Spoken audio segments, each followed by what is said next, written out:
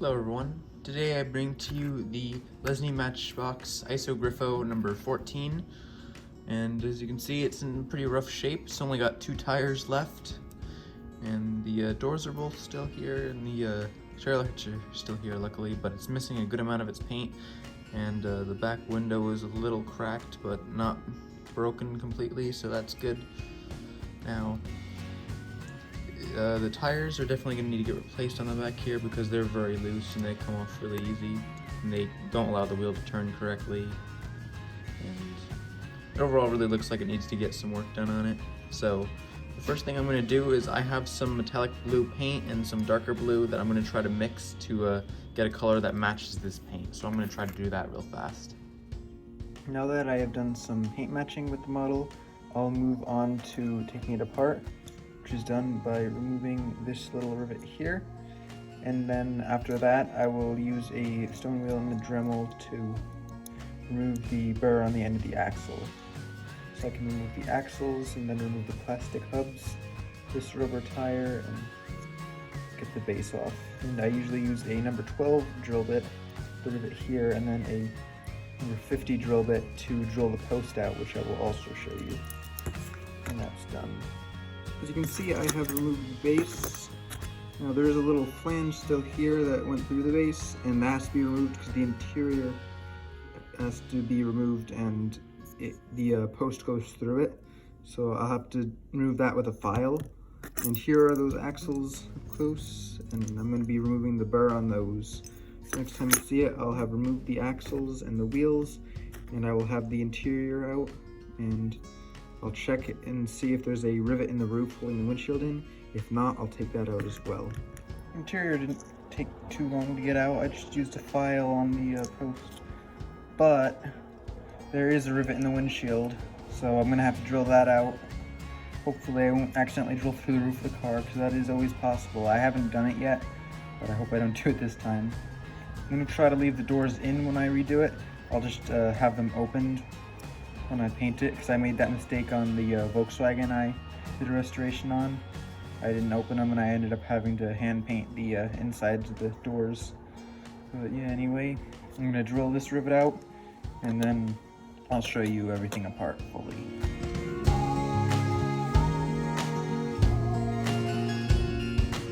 So as you can see, I used this stone wheel and removed the plastic wheels. I have some O-rings that I plan to use for the tires since they're missing. Or the ones that were there are pretty bad, and I want them all to match nicely, so hopefully I have some that fit this well. I believe I've done these sides before, so it should work okay. But I think these are going to have enough meat left on them that I'm going to be able to reform them easily. So there's a bit of metal left there to reform to. So hopefully I can do that easily with my drill press. Anyway, the next step is going to be paint stripping the rest of the model, so I'll show you that when it's being done. So here's the model with the remainder of its paint on it. I'm going to apply some aircraft paint stripper and let that sit for it to be stripped of its paint shortly. It's been about a half an hour and you can see how the paint has bubbled on the model, and it just slides right off with the brush. I should have used my gloves when I put it on, but I didn't get any on my hands, so I was being careful. I'm just gonna scrape this off with my toothbrush here like this, and get on the inside so I can get out of the doors as well.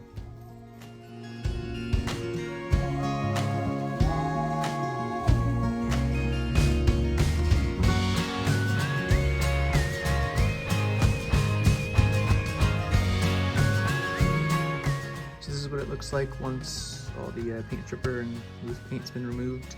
There's still a little bit loose stuff on it, so I'm going to remove those with some dental picks real quick. Okay, so for the most part, the rest of the paint has been removed. And now I have to do another step that I haven't gotten to yet. I have to drill out this post and then tap it for a screw. So here I have my tap, and here I have the drill bit that will be used, and my Dremel that'll be used to drill into it. I'm going to have to grab a vise and drill it away, so I'll show you when that's been completed. Well, the hole has been drilled. I used the drill bit as I showed you before. It's a number 50 drill bit. And this is a 2-56 tap. This one, I broke the tap off at one point, and I grinded it flat, and now I use this tap so that it doesn't have the pointier tip on it, so it starts giving the larger threads sooner, which kind of helps with something this small. So I always put a good amount of oil on, not too much I guess, because you don't want to put pressure in the post that could cause it to burst. I've never had that problem before, but I've heard it's possible. It's really loose right now, but if it gets tight, I turn it back a little bit to avoid snapping it off. And I gotta watch I don't bottom out too far. That's more of a problem with the pointed tip, because it would kind of stab into the bottom and then mess up the threads on the way back out.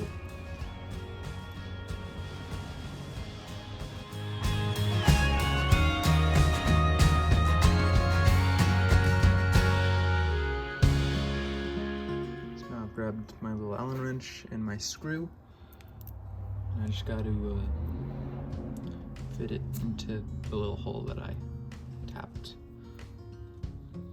And if it sits flush, then I got it correctly, and if it doesn't sit all the way flat, I have to drill further or check that I tapped all the way to the bottom. It looks like I'm gonna get it all the way to the bottom there. Maybe a little further. Yep. So as you can see, that's been basically put all the way to the post, so I can use that to put the model back together. The lights from the base went into these spots here, so there's nothing in the front, and there was a rivet on the roof, but I don't have to replace that. I believe this still should hold the windshield in place, but even if not, I'll put some silicone in the top. It looks pretty good to me. So.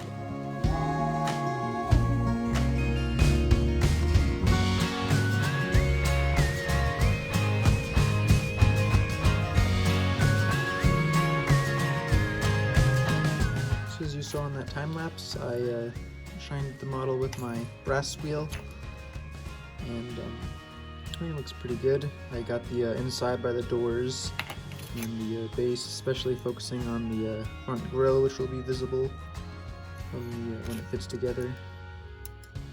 So it should look pretty good, hopefully. So next step is going to be to put some primer on this. This should be good the way it is. I might look at doing more polishing on the base a little bit with different wheels, like the probably the steel one.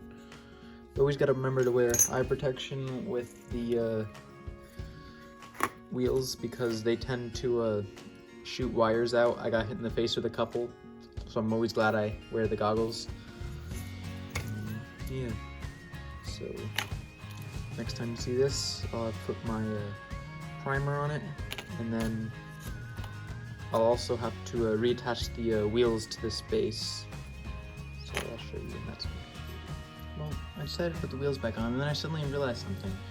There was absolutely no need to remove these wheels, so I just put myself through extra pain, and then I realized these were a little bit too short to be used in the drill press, so I had to use my ball-peen hammer, and I used the side of this vise to repeen them, which was a bit of a pain. I'd never actually repeened Matchbox axles, and it's much easier to do with the brass axles. But I got it done, and so the base should all be ready for the top to be put onto it as soon as it's been primed and painted.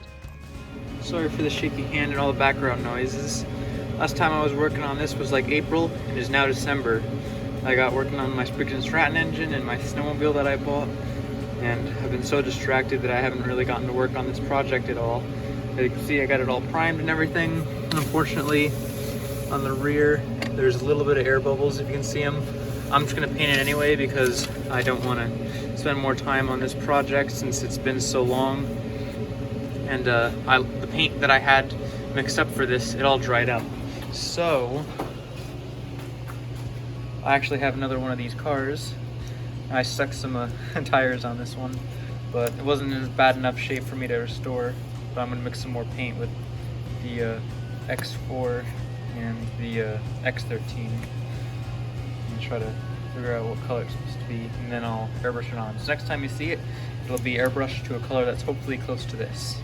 The windshield, unfortunately, was broken when I took the thing apart. I broke it a little bit because it was riveted in and it was hard to pry out.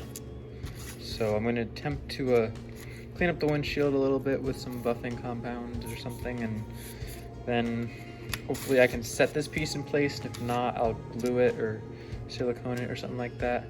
Probably not going to glue it to the original windshield, probably, since this has like a little tab on the back. It fits into the back of the interior, I think, or it fits into somewhere with that little tab, I think. And I hope that will hold this little piece in place and it'll line up with this piece and it won't be that noticeable. Windshield has other cracks. It is what it is with that, honestly. This interior I'm gonna just clean up with some soapy water. So yeah, I'm gonna get on that and show you how they come out after that. Interior, it was honestly not that dirty before. I just scrubbed it up a little bit. It kind of folds like this, so made it easy to get under the wheel. And the windshield, I can definitely tell a difference in the shine of it. It's still not great, but it's better than it was before, which makes me happy. And this little piece I didn't really mess with because it's not too scratched up other than being broken off. And yeah, so now I just gotta wait for the paint to be all done on the rest of the body, and it should be good to get put back together. Alright, it is now time to reassemble the vehicle. So start by seeing if I can place this windshield inside, seeing if I can get this piece to fit in. Took me a bit, and I had to widen the hole on this piece of plastic for the interior, but I was able to get the interior and windshield in place. I'm now going to attempt to put the base in place. So the headlights fit into that spot there, and that lines up with the hole, the trailer hitch lined up there. And just simply put a screw in there. And runs away. Once you have the right Allen wrench, you'll actually be able to get this screw really into place. Just like this.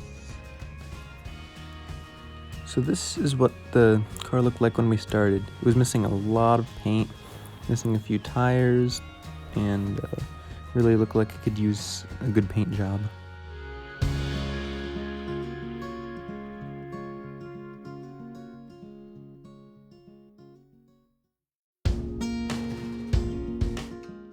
But now it looks like this.